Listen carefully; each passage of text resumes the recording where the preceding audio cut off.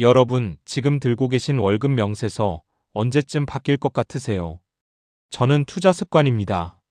오늘 이 영상이 마음에 드신다면 구독과 좋아요 한 번씩 눌러주시면 큰 힘이 됩니다. 부담 없이 눌러주세요. 오늘 이야기는 정보를 드리려는 게 아닙니다. 이 영상이 끝나고 나서 여러분 머릿속에 어떤 생각 하나가 남았으면 좋겠습니다. 그게 오늘 영상의 목적입니다. 제목을 보시고 아마 이런 생각하셨을 겁니다. 또 공무원이 주식 대박 났다는 얘기구나. 아니면 어떤 특별한 종목을 발견해서 부자가 됐구나. 그런 거 아닙니다. 오늘 이야기는 빠르게 부자가 된 사람의 이야기가 아닙니다. 천천히, 정말 천천히 거북이처럼 30년을 걸어간 사람의 이야기입니다. 그리고 그 느림이 결국 빠름을 이긴 이야기입니다.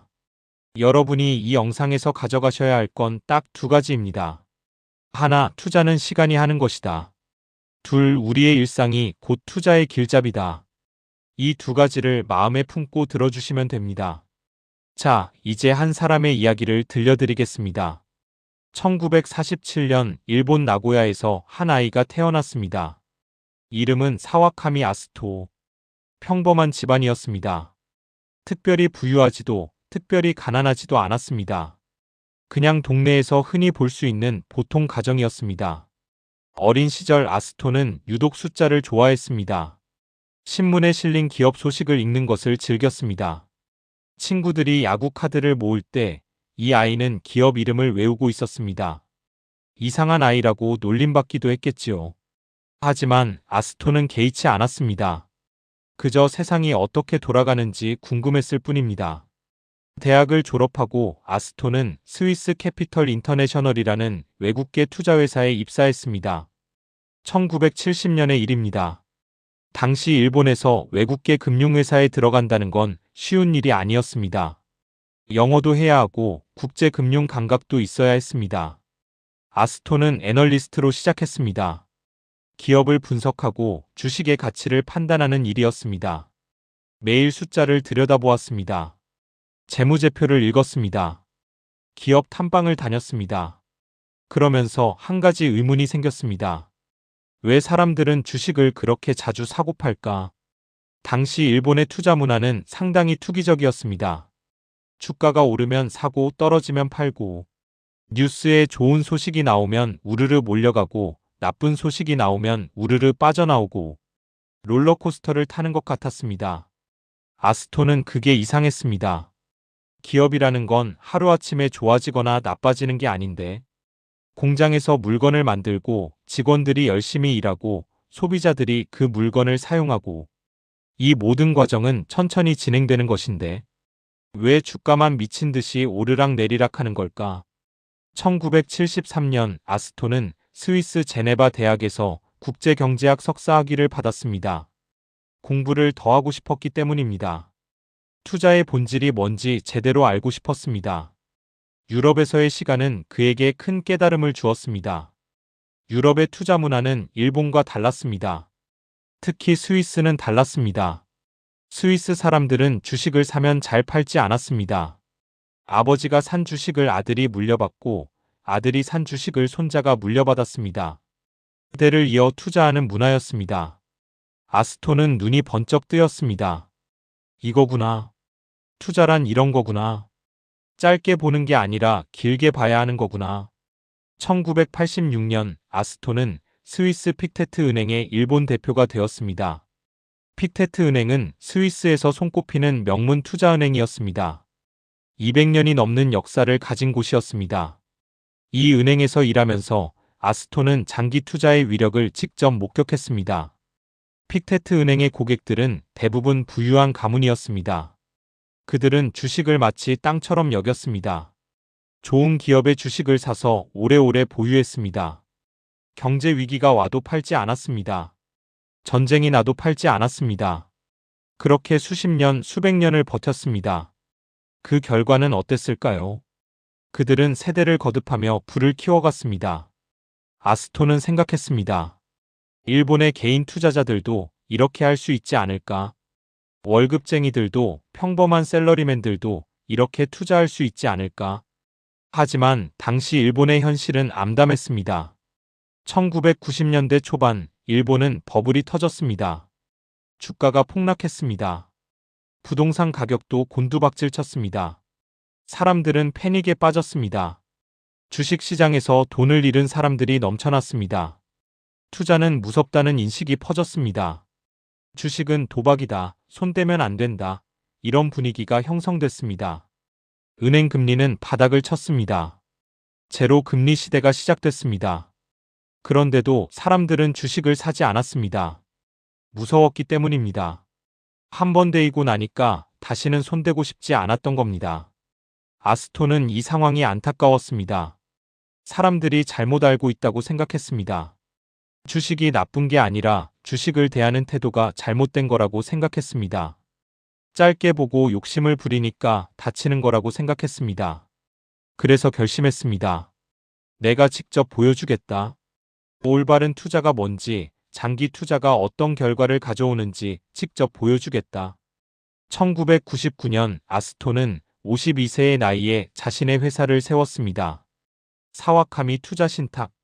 일본 최초의 독립계 투자신탁회사였습니다. 대형 증권사나 은행에 속하지 않은 완전히 독립적인 투자회사였습니다. 시작은 초라했습니다. 첫 출발에 함께한 투자자는 고작 487명이었습니다. 모인 돈은 163억 엔. 일본의 거대한 금융시장에서 보면 티끌 같은 규모였습니다. 아스토는 자신만의 원칙을 세웠습니다. 크게 세 가지였습니다. 첫째, 셀러리맨의 자금만 받는다. 둘째, 백화점식 운용은 하지 않는다. 셋째, 판매사를 따로 두지 않는다. 이게 무슨 뜻이었을까요? 셀러리맨의 자금만 받는다는 건 기관 투자자의 돈을 받지 않겠다는 뜻이었습니다.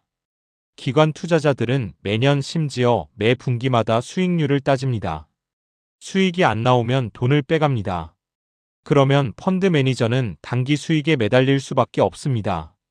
장기 투자가 불가능해집니다. 아스토는 이걸 피하고 싶었습니다. 개인 투자자들, 특히 매달 월급에서 조금씩 투자할 수 있는 월급쟁이들의 돈만 받기로 했습니다. 백화점식 운용을 하지 않는다는 건 이것저것 여러 펀드를 만들지 않겠다는 뜻이었습니다. 사와카미 펀드는 단 하나뿐이었습니다. 모든 역량을 하나의 펀드에 집중했습니다. 선택과 집중이었습니다. 판매사를 따로 두지 않는다는 건 증권사나 은행을 통해 펀드를 팔지 않겠다는 뜻이었습니다. 직접 투자자를 만나기로 했습니다. 광고도 하지 않았습니다. 입소문만으로 투자자를 모으기로 했습니다. 왜냐하면 진정으로 장기 투자를 이해하는 사람만 함께하고 싶었기 때문입니다. 아스토의 투자 철학은 단순했습니다. 우리가 사는 건 주가가 아니라 회사다. 주가는 매일 오르락 내리락 합니다. 하지만 회사는 매일 일을 합니다. 공장에서는 물건이 만들어지고 직원들은 땀을 흘리고 소비자들은 그 물건을 삽니다. 이런 활동이 쌓이고 쌓여서 회사의 가치가 만들어집니다. 주가는 그 가치를 반영할 뿐입니다. 단기적으로는 실제 가치와 주가가 다를 수 있습니다. 하지만 장기적으로는 반드시 맞춰집니다. 그래서 아스토는 생활 주식에 주목했습니다. 생활 주식이란 뭘까요? 우리가 먹고 입고 바르는 것, 우리가 타고 다니는 것, 우리가 쓰는 물건을 만드는 회사의 주식입니다. 생각해 보세요. 경제가 아무리 어려워도 사람들은 밥을 먹습니다. 옷을 입습니다. 차를 탑니다. 화장품을 바릅니다. 이런 건 경기를 타지 않습니다. 사람이 사는 한 계속됩니다. 아스토는 이런 회사들에 투자했습니다. 브리지스톤. 타이어 만드는 회사입니다. 차가 다니는 한 타이어는 필요합니다. 도요타. 자동차 만드는 회사입니다. 사람들은 이동해야 하니까요. 가오. 화장품 만드는 회사입니다. 사람들은 깨끗해지고 싶어 하니까요. 복잡한 첨단 기술 기업에 투자하지 않았습니다. 어려운 반도체 회사를 분석하지 않았습니다. 그냥 우리 주변을 둘러봤습니다. 오늘 아침에 뭘 먹었지? 지금 뭘 입고 있지? 출근할 때 뭘 탔지? 이런 간단한 질문이 투자의 시작이었습니다. 그리고 아스토는 남들이 무서워할 때 샀습니다. 주가가 폭락하면 사람들은 도망갑니다. 뉴스에서 경제 위기라고 떠들면 겁에 질립니다. 가지고 있는 주식을 팔아치웁니다. 그러면 주가는 더 떨어집니다. 아스토는 이때가 기회라고 생각했습니다. 좋은 회사의 본질이 하루아침에 나빠지지 않습니다. 공장이 하루아침에 사라지지 않습니다. 직원들이 갑자기 일을 못하게 되지 않습니다. 소비자들이 갑자기 그 회사 물건을 안 쓰지 않습니다. 경제 위기가 와도 회사는 계속 돌아갑니다. 그런데 주가만 반토막이 났습니다. 같은 회사인데 가격만 반이 됐습니다. 그렇다면 이건 세일 아닌가요? 백화점에서 반값 세일하면 사람들이 줄 서서 삽니다. 그런데 주식 시장에서 반값 세일하면 사람들이 도망갑니다. 이상하지 않습니까? 아스토는 폭락장에서 샀습니다. 남들이 던질 때 주었습니다. 그리고 기다렸습니다. 경제는 회복됩니다. 주가도 돌아옵니다. 반토막 났던 주식이 원래 가격으로 돌아오면 2배가 됩니다. 더 기다리면 3배, 4배가 됩니다. 2010년 도요타의 큰 위기가 찾아왔습니다. 급발진 사고로 전 세계에서 1000만 대 이상을 리콜해야 했습니다. 주가가 폭락했습니다. 뉴스에서는 도요타의 몰락을 이야기했습니다. 사람들은 도요타 주식을 던졌습니다. 아스토는 도요타 주식을 샀습니다. 대량으로 샀습니다. 주변에서 미쳤다고 했습니다. 도요타가 망할 수도 있다고 했습니다. 하지만 아스토는 담담했습니다. 도요타가 왜 이 지경이 됐는지 생각해봤습니다. 너무 빨리 성장하려다가 품질 관리가 소홀해진 겁니다. 하지만 도요타의 본질적인 기술력이 사라진 건 아닙니다. 수십 년간 쌓아온 노하우가 하루아침에 증발한 건 아닙니다. 도요타가 이 위기를 극복하고 더 강해질 거라고 봤습니다. 결과는 어땠을까요? 5년 후 도요타는 다시 세계 1위 자동차 회사로 복귀했습니다. 사와카미 펀드가 도요타 투자로 올린 수익률은 400%에 가까웠습니다. 4배가 된 겁니다. 이게 운이었을까요? 아닙니다. 이건 철학이었습니다. 남들이 무서워할 때 사고 남들이 흥분할 때 파는 것. 단순하지만 실천하기 어려운 원칙이었습니다. 사와카미 펀드는 조용히 성장했습니다. 광고를 하지 않았습니다. 판촉 활동도 하지 않았습니다. 그런데 사람들이 입소문을 냈습니다. 저 펀드 괜찮더라. 저기 맡기니까 마음이 편하더라. 이런 이야기가 퍼졌습니다. 487명이었던 투자자가 1년 후 수천 명이 됐습니다. 5년 후에는 1만 명을 넘었습니다. 10년 후에는 5만 명이 됐습니다. 163억 엔이었던 운용 자금이 불어났습니다. 800억 엔이 됐습니다. 1000억 엔이 됐습니다. 2000억 엔이 됐습니다. 결국 3100억 엔, 우리 돈으로 약 3조 원이 넘는 거대한 펀드가 됐습니다. 일본에서 두 번째로 큰 주식형 펀드가 됐습니다. 놀라운 건 수익률이었습니다. 일본은 잃어버린 20년을 겪었습니다. 경제가 성장하지 않았습니다. 주가도 오르지 않았습니다. 니케이 지수는 20년 동안 거의 제자리였습니다. 그런데 사와카미 펀드는 달랐습니다. 1999년부터 2015년까지 누적 수익률 116%를 기록했습니다.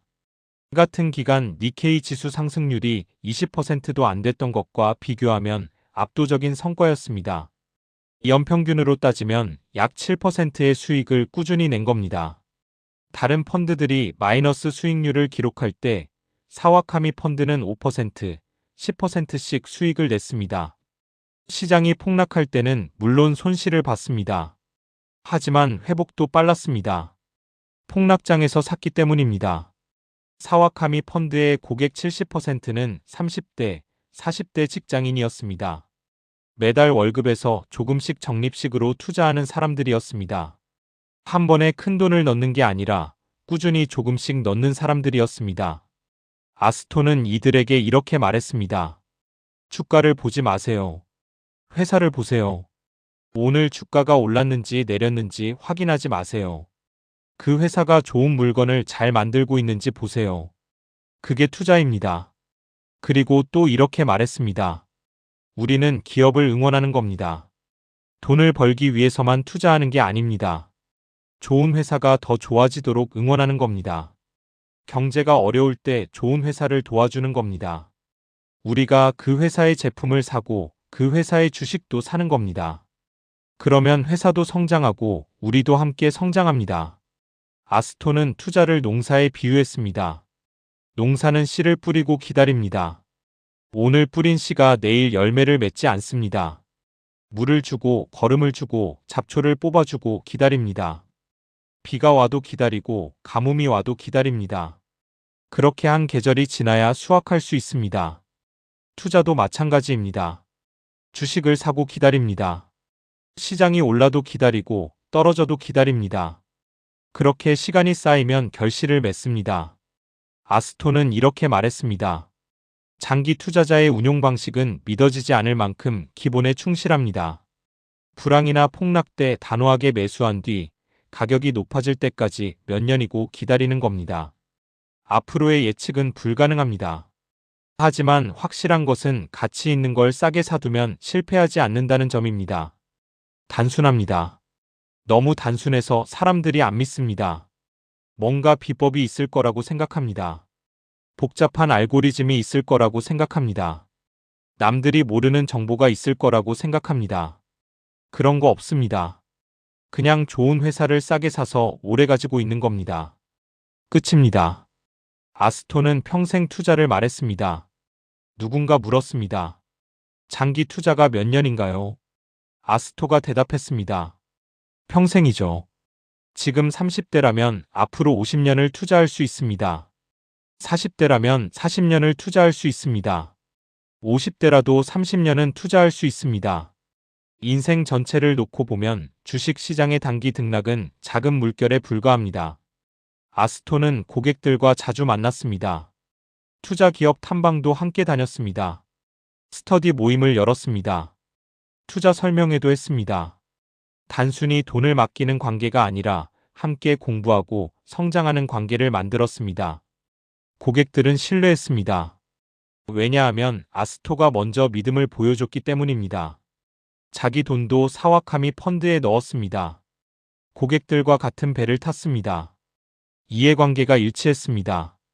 아스토는 책도 여러 권 썼습니다. 불황에도 승리하는 사와카미 투자법, 시간이 부자로 만들어주는 사와카미 장기 투자. 제목만 봐도 그의 철학이 느껴집니다. 일본에서는 그를 일본의 워런 버핏이라고 불렀습니다. 가치 투자의 대가라는 뜻입니다. 하지만 아스토는 그 별명을 별로 좋아하지 않았습니다. 자신은 그냥 상식적인 투자를 할 뿐이라고 했습니다. 그가 강조한 건 결국 이것이었습니다. 인간의 생활은 바뀌지 않습니다. 오늘 아침에 일어나 세수를 했습니다. 밥을 먹었습니다. 옷을 입었습니다. 출근했습니다. 일을 했습니다. 퇴근해서 저녁을 먹었습니다. 씻고 잠자리에 들었습니다. 내일도 똑같이 할 겁니다. 1년 후에도, 10년 후에도, 30년 후에도 기본적인 생활 패턴은 크게 다르지 않을 겁니다. 그렇다면 이런 생활을 뒷받침하는 기업들도 계속 존재할 겁니다. 음식을 만드는 회사, 옷을 만드는 회사, 차를 만드는 회사, 화장품을 만드는 회사. 이런 회사들은 경제 위기가 와도 완전히 사라지지 않습니다. 버틸 겁니다. 회복할 겁니다. 더 성장할 겁니다. 우리의 일상이 곧 투자의 나침반입니다. 복잡한 분석이 필요 없습니다. 오늘 하루 내가 쓴 물건들을 떠올려 보세요. 그걸 만든 회사가 어딘지 찾아보세요. 그 회사가 오랫동안 잘할 것 같은지 생각해 보세요. 그러면 투자처가 보입니다. 자, 여기까지가 사와카미 아스토의 이야기입니다. 그는 30년 가까이 한 길을 걸었습니다. 1970년대에 투자업계에 발을 들여 2020년대까지 반세기 넘게 같은 철학을 지켰습니다. 장기 투자, 생활 주식, 폭락장에서 매수. 단순하지만 흔들리지 않는 원칙이었습니다. 빠른 길을 가지 않았습니다. 남들이 뛰어갈 때 천천히 걸었습니다. 남들이 흥분할 때 차분했습니다. 남들이 두려워할 때 담담했습니다. 거북이처럼 느렸습니다. 하지만 거북이가 토끼를 이겼습니다. 여러분, 지금 이 순간에도 증권사 앱을 열어 주가를 확인하고 계신 분들 있을 겁니다. 오늘 얼마 올랐나, 내일은 어떨까, 다음 주에는 어떤 종목이 오를까. 머리가 복잡합니다. 그런데 한번 생각해 보세요. 오늘 아침에 뭘 먹었습니까? 지금 뭘 입고 계십니까? 여기 오면서 뭘 타고 오셨습니까? 오늘 뭘 샀습니까? 그게 투자의 힌트입니다. 사와카미 아스토는 어려운 말을 하지 않았습니다. 복잡한 공식을 제시하지 않았습니다. 그냥 삶을 들여다보라고 했습니다. 삶 속에 답이 있다고 했습니다. 그리고 기다리라고 했습니다. 투자는 시간이 하는 것이라고 했습니다. 한 달 기다려서 수익이 안 나면 실망합니다. 1년 기다려서 손실이 나면 화가 납니다. 3년 버텼는데 원금도 못 찾으면 포기하고 싶어집니다. 하지만 30년을 생각해 보세요. 30년 동안 좋은 기업의 주식을 사 모으면 어떻게 될까요? 30년 동안 매달 조금씩 넣으면 어떻게 될까요? 30년 동안 폭락장이 올 때마다 추가로 사면 어떻게 될까요? 사와카미 펀드가 그걸 증명했습니다. 일본의 잃어버린 20년 동안에도 꾸준히 수익을 냈습니다. 다른 펀드들이 마이너스일 때 플러스였습니다. 시장 평균보다 몇 배나 높은 수익을 냈습니다. 비결은 단 하나였습니다. 시간을 내 편으로 만든 것입니다. 시간은 누구에게나 주어집니다. 부자에게도, 가난한 사람에게도, 똑똑한 사람에게도, 그렇지 않은 사람에게도 똑같이 주어집니다. 하루 24시간, 1년 365일 모두에게 공평합니다. 그런데 이 시간을 어떻게 쓰느냐가 다릅니다. 시간을 투자에 활용하는 사람과 그렇지 않은 사람, 결과는 완전히 달라집니다. 오늘 여러분이 가져가실 건 이겁니다. 투자는 시간이 하는 것입니다. 빨리 돈 벌겠다고 서두르지 마세요. 천천히 거북이처럼 걸어가세요. 30년 후에 웃을 수 있습니다. 그리고 우리의 일상이 곧 투자의 길잡이입니다. 복잡하게 생각하지 마세요. 오늘 내가 산 물건, 내가 쓴 서비스, 그걸 만든 회사를 찾아보세요. 좋은 회사가 보일 겁니다. 사와카미 아스토라는 사람이 있었습니다. 그는 52세에 자기 회사를 세웠습니다. 늦은 나이였습니다. 하지만 그래서 더 단단했습니다. 30년간 쌓은 경험과 철학이 있었기 때문입니다. 그는 487명의 투자자로 시작했습니다. 초라한 출발이었습니다. 하지만 그래서 더 진정성이 있었습니다. 정말 뜻이 맞는 사람들과 함께했기 때문입니다. 그는 광고를 하지 않았습니다. 판촉 활동도 하지 않았습니다. 하지만 그래서 더 오래 갔습니다. 거품이 아니라 실력으로 성장했기 때문입니다. 결국 그는 12만 명의 투자자와 3조 원에 가까운 자금을 운용하는 일본 최고의 펀드 매니저가 되었습니다. 거북이가 토끼를 이긴 겁니다. 여러분의 거북이는 언제 출발합니까? 오늘이면 어떨까요? 내일도, 한 달 뒤도, 1년 뒤도 여러분은 밥을 먹고 옷을 입고 출근을 할 겁니다. 그렇다면 오늘부터 시작해도 됩니다. 작게 시작해도 됩니다. 거북이니까요.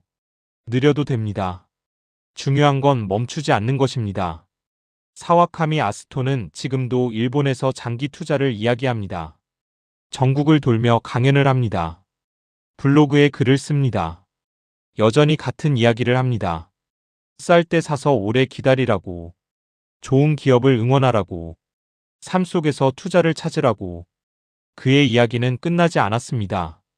지금도 계속되고 있습니다. 그리고 여러분의 이야기도 오늘 시작될 수 있습니다. 오늘 영상의 핵심을 정리하겠습니다. 투자는 빠르게 하는 게 아닙니다. 오래 하는 겁니다. 시간을 내 편으로 만드는 겁니다. 좋은 기업은 멀리 있지 않습니다. 오늘 내가 쓴 물건 속에 있습니다. 삶 속에 답이 있습니다. 그리고 폭락은 기회입니다. 좋은 회사가 싸게 나올 때 살 수 있는 기회입니다. 이 세 가지를 기억하시면 됩니다. 오늘 이 영상을 보신 분들 중에 당장 증권사 앱을 열어보실 분 계실 겁니다. 그때 오늘 아침에 먹은 음식을 떠올려 보세요. 그걸 만든 회사가 어딘지 찾아보세요. 그리고 그 회사가 30년 후에도 있을지 생각해 보세요. 그게 여러분의 첫 번째 투자가 될 수 있습니다. 거북이처럼 시작하세요. 거북이처럼 걸어가세요. 그러면 30년 후에 웃을 수 있습니다. 사와카미 아스토. 그의 이름을 기억해 주세요. 거북이 투자의 대명사. 시간을 내 편으로 만든 사람. 일본의 잃어버린 20년 속에서도 꾸준히 수익을 낸 사람. 그의 이야기가 여러분의 머릿속에 하나의 생각으로 남았으면 좋겠습니다. 빨리 가려면 혼자 가고 멀리 가려면 함께 가라는 말이 있습니다. 투자도 마찬가지입니다. 빨리 벌려면 혼자 고군분투해야 합니다. 하지만 오래 모으려면 시간과 함께 가야 합니다. 여러분의 거북이가 오늘 출발하길 바랍니다. 오늘 영상이 도움이 되셨다면 구독과 좋아요 부탁드립니다. 사와카미 아스토 30년을 거북이처럼 걸어 기적을 만든 그 사람의 이야기였습니다. 감사합니다.